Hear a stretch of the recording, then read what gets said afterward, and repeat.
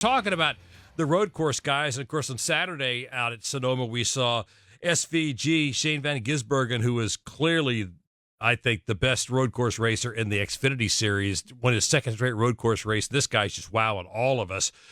But in the Cup Series right now, Davey, you really look at it, I think it's hard to point at one guy and say, this is the best road course racer in the series. I mean, Kyle Larson's now won twice at Sonoma. He's got 5 road course wins to his credit. You know, William Byron's won a couple of road course races, one earlier this year at COTA.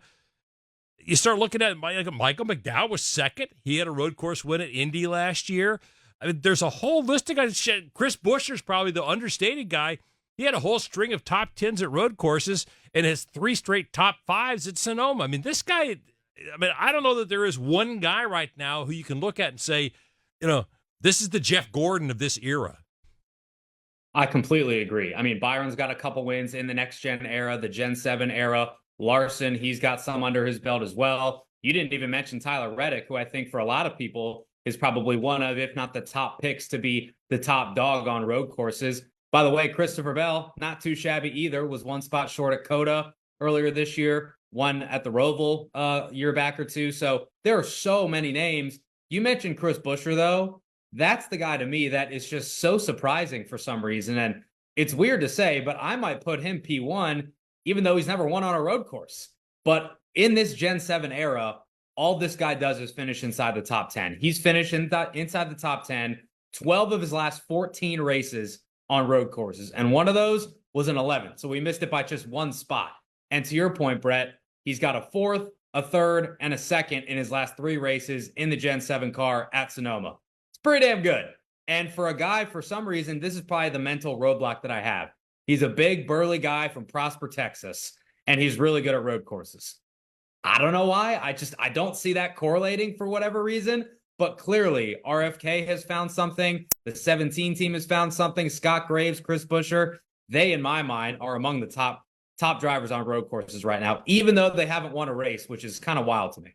Well, the interesting thing is, Zach, when you look at it, you know, we're talking about guys who have been good on a lot of different road courses, whereas, you know, sometimes you have guys who are really good on one, but not another. Brad Keselowski's been very good at Watkins Glen, but has never been good at Sonoma. And there are other guys who are like that as well. It's fascinating to me, and I think that speaks to a lot of what the driver's feel is behind the wheel, right?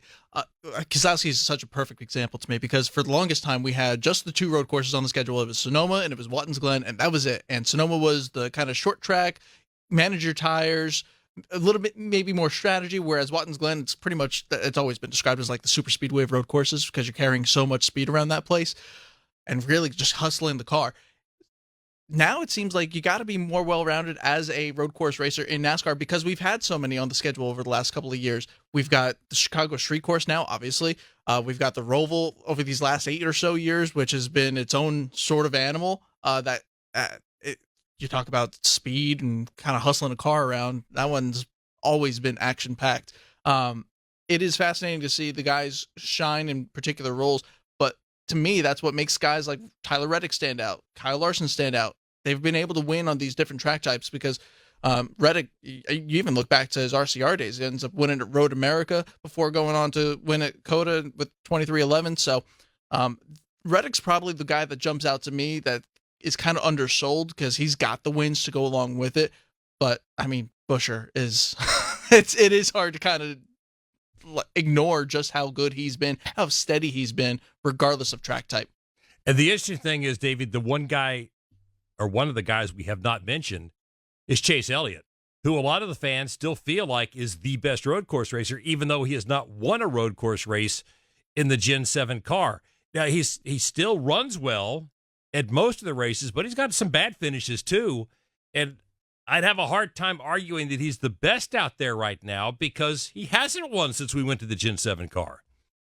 Couldn't agree with you more. Yeah, I think if you're a fan and you still think Chase is the best on road courses, I'd take a long, hard look at the box score of the last several road course races because, yeah, he's up there. He's running inside the top 10. He's running inside the top 5. He's leading some laps here and there, but he's not winning. And that's the thing that prevents me from putting him up at the top of that list. If you're talking the Gen 6 car and Pre-2022, no question. I mean, that guy was unbelievable on road courses. Still is really, really good, but he's just not at the level that he once was at. And I think part of that is thanks to this Gen 7 platform and the playing field being a little bit more level. I think part of it is the younger generation, and Chase is part of it, coming in and having a more well-rounded approach. They're not just really good on short tracks. They're not just really good on intermediates.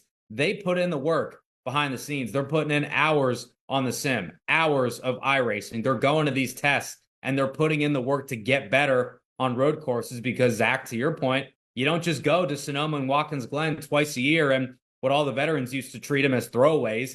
Can't do that anymore. You can't just throw away all these stage points that are up for grabs, all these playoff points that are up for grabs. Chase Elliott knows that. I'm sure Alan Gustafson feels the same way. If he didn't run out of fuel last year at Watkins Glen, we could have very well been talking about Chase Elliott winning a race last year and winning at Watkins Glen. So he's not necessarily bad at road courses. He may have lost a step or half a step, but that half a step that he's lost still leaves him up top in terms of the drivers current lane cup that are really good turning right and left. And I think that he could win a road course before the year's over.